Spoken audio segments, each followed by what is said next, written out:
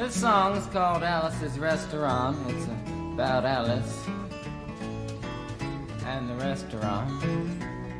But Alice's Restaurant is not the name of the restaurant, that's just the name of the song.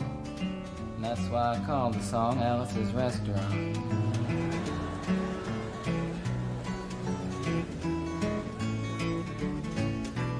You can get anything you want at Alice's Restaurant. You can get anything you want at Alice's Restaurant. Walk right in, it's around the back, just a half a mile from the railroad track. And you can get anything you want at Alice's Restaurant. Now it all started 2 Thanksgivings ago. It was on 2 years ago on Thanksgiving when my friend and I went up to visit Alice at the restaurant. But Alice doesn't live in the restaurant. She lives in the church nearby the restaurant in the bell tower with her husband Ray and Foch as a dog. And living in the bell tower like that, they got a lot of room downstairs where the pews used to be. And having all that room, seeing as how they took out all the pews, they decided that they didn't have to take out their garbage for a long time. We got up there, we found all the garbage in there, and we decided it'd be a friendly gesture for us to take the garbage down to the city dump. So we took the half a ton of garbage, put it in the back of a red VW microbus, took shovels and rakes and implements of destruction, and headed on toward the city dump. Well, we got there, and there's a big sign and a chain across the dump saying closed on Thanksgiving, and we had never heard of a dump closed on Thanksgiving before, and with tears in our eyes, we drove off into the sunset looking for another place to put the garbage. We didn't find one till we came to a side road, and off the side of the side road was another 15-foot cliff, and at the bottom of the cliff was another pile of garbage. And we decided that one big pile was better than 2 little piles, and rather than bring that one up, we decided to throw ours down. That's what we did. Drove back to the church, had a Thanksgiving dinner that couldn't be beat, went to sleep and didn't get up until the next morning when we got a phone call from Officer Obie. He said, "Kid, we found your name on an envelope at the bottom of a half a ton of garbage, and just wanted to know if you had any information about it." And I said, "Yes, sir, Officer Obie, I cannot tell a lie. I put that envelope under that garbage." After speaking to Obie for about 45 minutes on the telephone, we finally arrived at the truth of the matter and said that we had to go down and pick up the garbage, and also had to go down and speak to him at the police officer station. So we got in a red VW microbus with the shovels and rakes and implements of destruction, headed on toward the police officer station. Now, friends, there was only 1 or 2 things that Obie could have done at the police station, and the first was that he could have given us a medal for being so brave and honest on the telephone, which wasn't very likely, and we didn't expect it. Another thing was that he could have bawled us out and told us never to be seen driving garbage around the vicinity again, which is what we expected. But when we got to the police officer station, there was a third possibility that we hadn't even counted upon, and we was both immediately arrested, handcuffed. And I said, "Obie, I don't think I can pick up the garbage with these handcuffs on." He said, "Shut up, kid. Get in the back of the patrol car," and that's what we did, and sat in the back of the patrol car and drove to the, quote, "scene of the crime," unquote. I want to tell you about the town of Stockbridge, Massachusetts, where this happened. Here they got 3 stop signs, 2 police officers and 1 police car, but when we got to the scene of the crime, there was 5 police officers and 3 police cars, being the biggest crime of the last 50 years, and everybody wanted to get in a newspaper story about it. And they was using up all kinds of cop equipment that they had hanging around the police officer station. They was taking plaster, tire track, footprints, dog-smelling prints, and they took 27 8x10 color glossy photographs with circles and arrows and a paragraph on the back of each one explaining what each one was to be used as evidence against us. Took pictures of the approach, the getaway, the northwest corner, the southwest corner, and that's not to mention the aerial photography. After the ordeal, we went back to the jail. Obie said he was going to put us in the cell. Said, "Kid, I'm going to put you in the cell. I want your wallet and your belt." And I said, "Obie, I can understand you want my wallet so I don't have any money to spend in the cell, but what do you want my belt for?" And it said, "Kid, we don't want any hangings." I said, "Obie, did you think I was going to hang myself for littering?" Obie said he was making sure, and friends Obie was, because he took out the toilet seat so I couldn't hit myself over the head and drown. And he took out the toilet paper so I couldn't bend the bars, roll the toilet paper out the window, slide down the roll, and have an escape. Obie was making sure, and it was about 4 or 5 hours later that Alice, remember Alice? It's a song about Alice. Alice came by and with a few nasty words to Obie on the side, bailed us out of jail. We went back to the church, had another Thanksgiving dinner that couldn't be beat, and didn't get up until the next morning when we all had to go to court. We walked in, sat down. Obie came in with a 27 8x10 colored glossy pictures with the circles and arrows and a paragraph on the back each one. Sat down. Man came in, said, "All rise." We all stood up, and Obie stood up with the 27 8x10 colored glossy pictures, and the judge walked in, sat down with the seeing-eyed dog, and he sat down. We sat down. Obie looked at the seeing-eyed dog.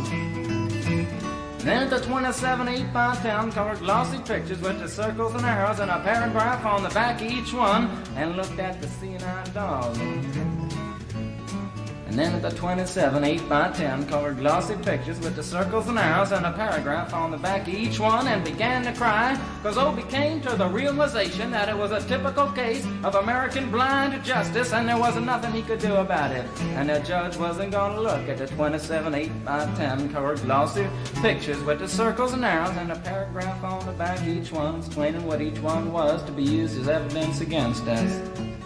And we was fined $50 and had to pick up the garbage in the snow, but that's not what I came to tell you about.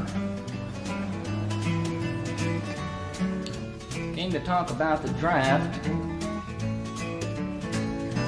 We got a building down New York City. It's called Whitehall Street, where you walk in and you get injected, inspected, detected, infected, neglected, and selected.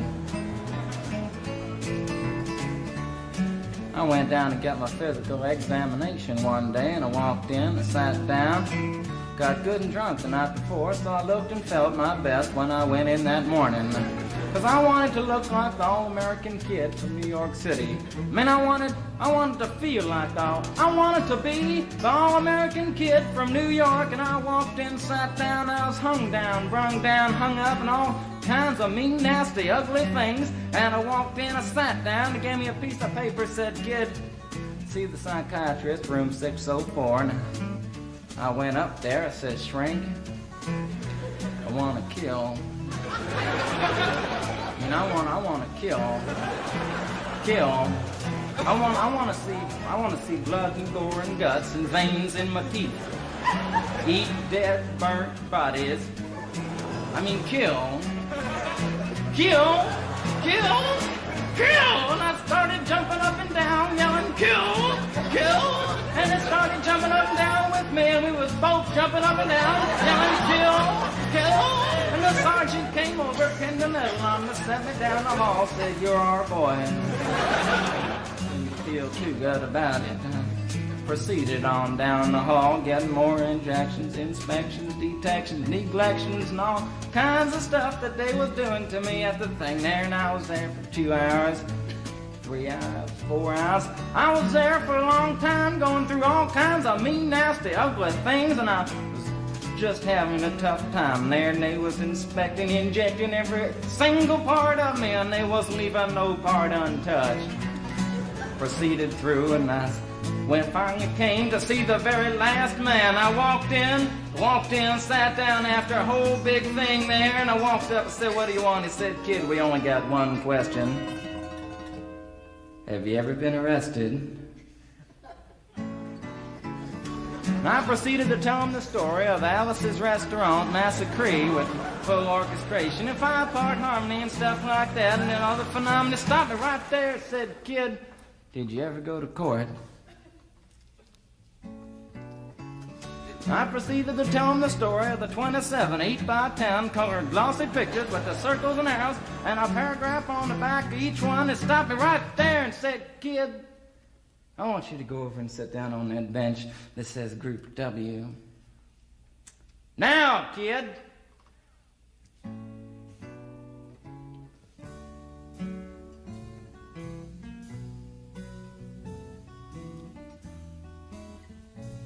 And I walked over to the bench there, and there's Group W is where they put you if you may not be moral enough to join the army after committing your special crime. And there was all kinds of mean, nasty, ugly-looking people on the bench there. Mother rapers, father stabbers, father rapers sitting right there on the bench next to me, and one, it was mean and nasty and ugly and horrible and crime-fighting guys was sitting there on the bench. And the meanest, ugliest, nastiest one, the meanest father raper of them all, was coming over to me, and he was mean and ugly and nasty and horrible and all kinds of things. And he sat down next to me and said, "Kid, what'd you get?" I said, "I didn't get nothing. I had to pay $50 and pick up the garbage." He said, "What were you arrested for, kid?" And I said, "Littering." And they all moved away from me on the bench there to carry eyeball and all kinds of mean, nasty things, till I said, "And creating a nuisance." And they all came back, shook my hand, and we had a great time on the bench talking about crime, mother stabbing, father raping, all kinds of groovy things that we was talking about on the bench. And everything was fine. We were smoking cigarettes and all kinds of things until the sergeant came over, had some paper in his hand, held it up and said, "Kids, this piece of paper's got 47 words, 37 sentences, 58 words. We want to know details of the crime, time, the crime, and that kind of thing. You got to say pertaining about the crime, want to know the rest of the officer's name, and that kind of thing. You got to say." And it talked for 45 minutes, and nobody understood a word that he said, but we had fun filling out the forms and playing with the pencils on the bench there. And I filled out the massacre with the 4-part harmony and wrote it down there just like it was, and everything was fine. And I put down a pencil and I turned over the piece of paper, and there on the other side, in the middle of the other side, away from everything else on the other side, in parentheses, capital letters, quotated, read the following words: "Kid, have you rehabilitated yourself?" I went over to the sergeant and said, "Sergeant, you've got a lot of damn gall to ask me if I've rehabilitated myself. I'm sitting here on the bench. I'm sitting here on the Group W bench because you want to know if I'm moral enough to join the army, burn women, kids' houses, and villages after being a litter bug." He looked at me and said, "Kid, you don't like your kind. And we're going to send your fingerprints off to Washington, and friends, somewhere in Washington, enshrined in some little folder, is a study in black and white of my fingerprints. And the only reason I'm singing you the song now is because you may know somebody in a similar situation. Or you may be in a similar situation, and if you're in a situation like that, there's only one thing you can do, is walk into the shrink wherever you are. Just walk in and say, 'Shrink, you can get anything you want at Alice's restaurant,' and walk out. You know, if just one person does it, they may think he's really sick and they won't take him. And if two people do it in harmony, they think they're both faggots and they won't take either of them. And if 3 people do it, can you imagine 3 people walking in, singing a bar, Alice's restaurant, and walking out? They may think it's an organization. And can you imagine 50 people a day? I said 50 people a day walking in, singing a bar, Alice's restaurant, and walking out. And friends, they may think it's a movement. And that's what it is. The Alice's Restaurant Anti-Massacre movement. And all you gotta do to join is to sing it the next time it comes around on the guitar with feeling. So we'll wait till it comes around on the guitar here. Sing it when it does.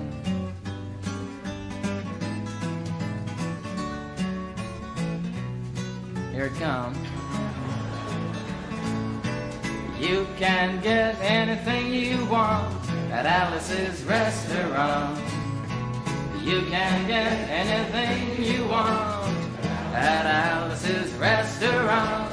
Walk right in, it's around the back, just a half a mile from the railroad track. And you can get anything you want at Alice's Restaurant. That was horrible. You want to end war and stuff, you gotta sing loud. You could put it loud. I've been singing the song now for 25 minutes. I could sing it for another 25 minutes. I'm not proud or tired. So we'll wait till it comes around again, and this time with 4-part harmony and feeling. We're just waiting for it to come around is what we're doing.